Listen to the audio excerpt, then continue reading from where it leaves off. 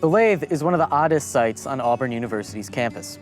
Situated next to Samford Hall, few people understand its true significance.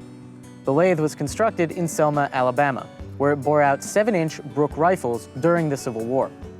Brooke rifles were cannon whose bores measured 7 inches and fired 42-pound shells.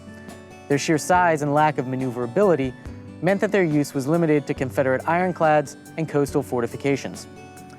More importantly, the city of Selma's central location, distance from the front lines, pre-war production facilities, and rail connections made it one of 2 major industrial centers in the Confederacy, the other being Richmond, Virginia.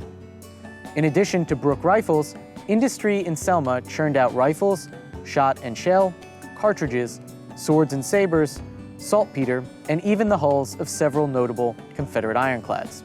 In the spring of 1864, as Major General William Tecumseh Sherman's 100,000-strong army marched towards Atlanta, Georgia, Confederate officials worried about the safety of industrial manufacturing in Selma. Both Union and Confederate commanders understood that crippling the South's already meager industrial base would effectively cripple the Confederate Army's ability to feed, clothe, and to arm itself. In July 1864, Sherman sent a mounted detachment of Union soldiers under the command of Major General Lovell Rousseau to capture Selma and move east towards Columbus, Georgia, and then Atlanta. Not privy to this plan, Confederate officials decided to move the Lathe from Selma to Columbus for safekeeping. Along the way, according to legend, hurried Confederate soldiers were forced to bury the massive Lathe in Irondale until scattered Union cavalry passed through.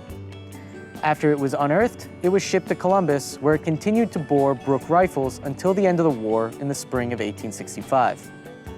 After the war, the Birmingham rolling mills purchased it and retooled it for use.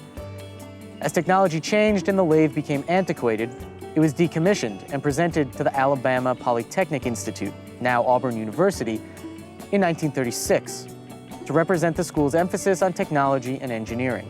It has stood next to Samford Hall ever since.